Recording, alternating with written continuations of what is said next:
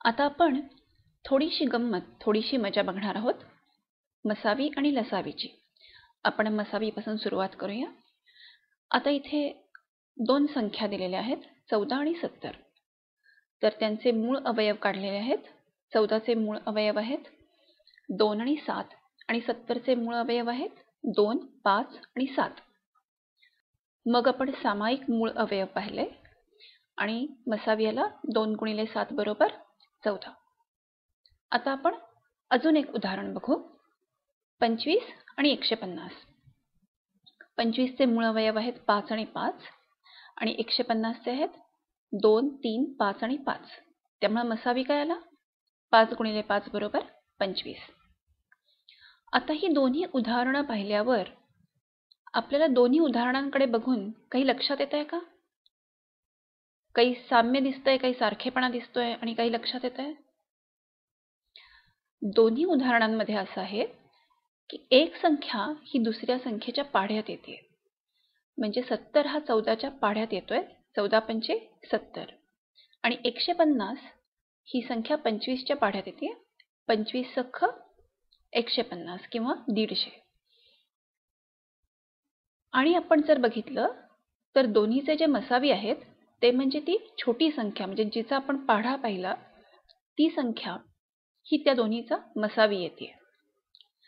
म्हणजेच आपल्याला असं लक्षात येईल की एका संख्येने जर दुसऱ्या संख्येला भाग जात असेल, म्हणजे एका संख्येच्या पाढ्यात जर दुसरी संख्या येत असेल, तर आपण ज्याचा पाढा म्हणतो किंवा ज्या संख्येने आपण भागतो, तर ती भागणारी संख्या ती या दोन संख्यांचा मसावी असते. म्हणजे इथे 14 आणि 70 मध्ये 70 ला 14 ने भाग जातोय म्हणून 14 हा मसावी आहे. 25 आणि 150 मध्ये 150 ला 25 ने भाग जातोय म्हणून भागणारी संख्या 25 हा मसावी आहे. आता आपण लसावीची गंमत बघूया. पुन्हा आपण त्या संख्या घेणार आहोत 14 आणि 70.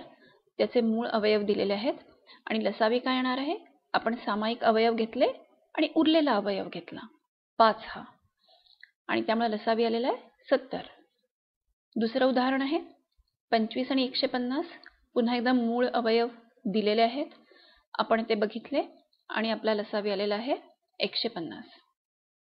आता पुन्हा या उदाहरणांकडे बघून काय लक्षात येतंय? आता असं लक्षात येतंय की बरोबर मगासच्या उलटं झालेलं आहे. म्हणजे आता जी मोठी संख्या आहे जिला आपण भागतो छोट्या संख्येने, ती मोठी संख्या हा या दोन संख्यांचा लसावी येतो. म्हणजेच काय? म्हणजे एका संख्येने जर दुसऱ्या संख्येला भाग जात असेल तर आपण ज्या संख्येला भागतो, म्हणजे आता 70 आणि 14 मध्ये 14 आणि 70 ला भाग जातो, तर आपण 70 ला भागतो, तर ती संख्या हा या दोन संख्यांचा लसावी असतो.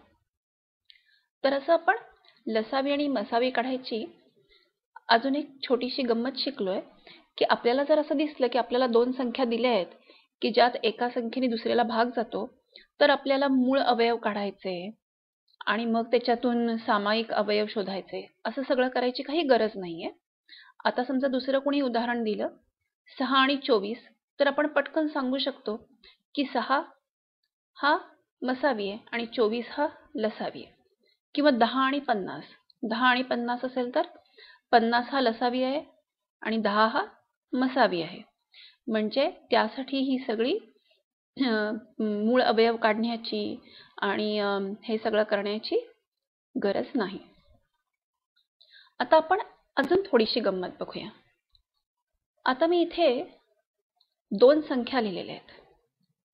अशा उभ्या पद्धतीने दोन संख्या लिहिलेल्या आहेत आणि त्या संख्यांचे लसावी आणि मसावी मी आधीच काढून ठेवलेले आहेत. आता पहिलं उदाहरण जर पाहिलं तर 8 आणि 20, त्यांचा लसावी आहे 40, मसावी आहे 4. 9 आणि 27. आता आपल्याला माहिती आहे की 9च्या पाढ्यामध्ये 27 येते, त्यामुळे 27 हा लसावी आहे आणि 9 हा मसावी आहे. 15 आणि 20 मध्ये 60 हा लसावी आहे आणि 5 हा मसावी आहे. 8, 12 मध्ये पुन्हा 24 आणि 4 हे लसावी आणि मसावी आहेत. आता 5 आणि 25 जर पाहिले तर पुन्हा 25 हा 5च्या पाढ्यात येतोय, म्हणून 25 हा लसावी आहे आणि 5 हा मसावी आहे. आता मी असं करणार आहे, आता इथे ज्या मोकळ्या जागा आहेत त्याच्यामध्ये मी या दोन संख्यांचा गुणाकार करणार आहे आणि लसावी आणि मसावीचा पण गुणाकार करणार आहे. तर त्याच्यामुळे ज्या दोन संख्यांचा गुणाकार, आता पहिलं उदाहरण जर पाहिलं तर 8 आणि 20चा गुणाकार येतो 160 आणि लसावी मसावीचा मी गुणाकार केला त्याच्याच 40 गुणिले 4, 4 चौक 16, पुन्हा गुणाकार आलेला 160. वेगळं कुठलं उदाहरण घेऊया. तिसरं उदाहरण आहे 15 आणि 20.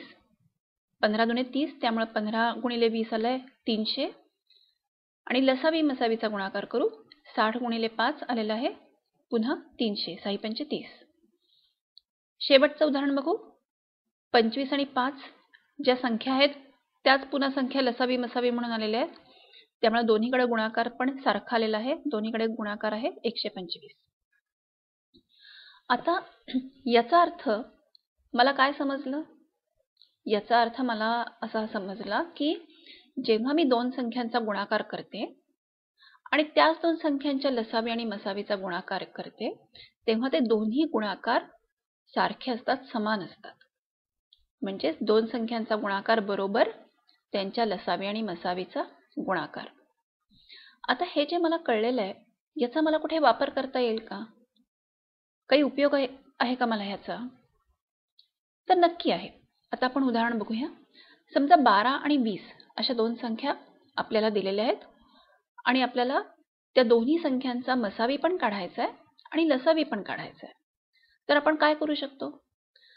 आपण 12 आणि 20चा जर गुणाकार केला तर उत्तर येतं आहे 240. 12 दुणे 24 म्हणजे उत्तर आलंय 240.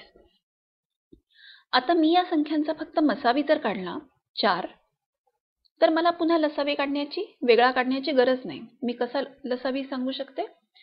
240ला 4 ने भागायचं म्हणजे माझा लसावी येईल 60.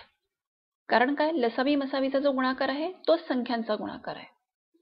म्हणून मी संख्यांच्या गुणाकाराला जर मसावीने भागलं तर मला कळेल लसावी.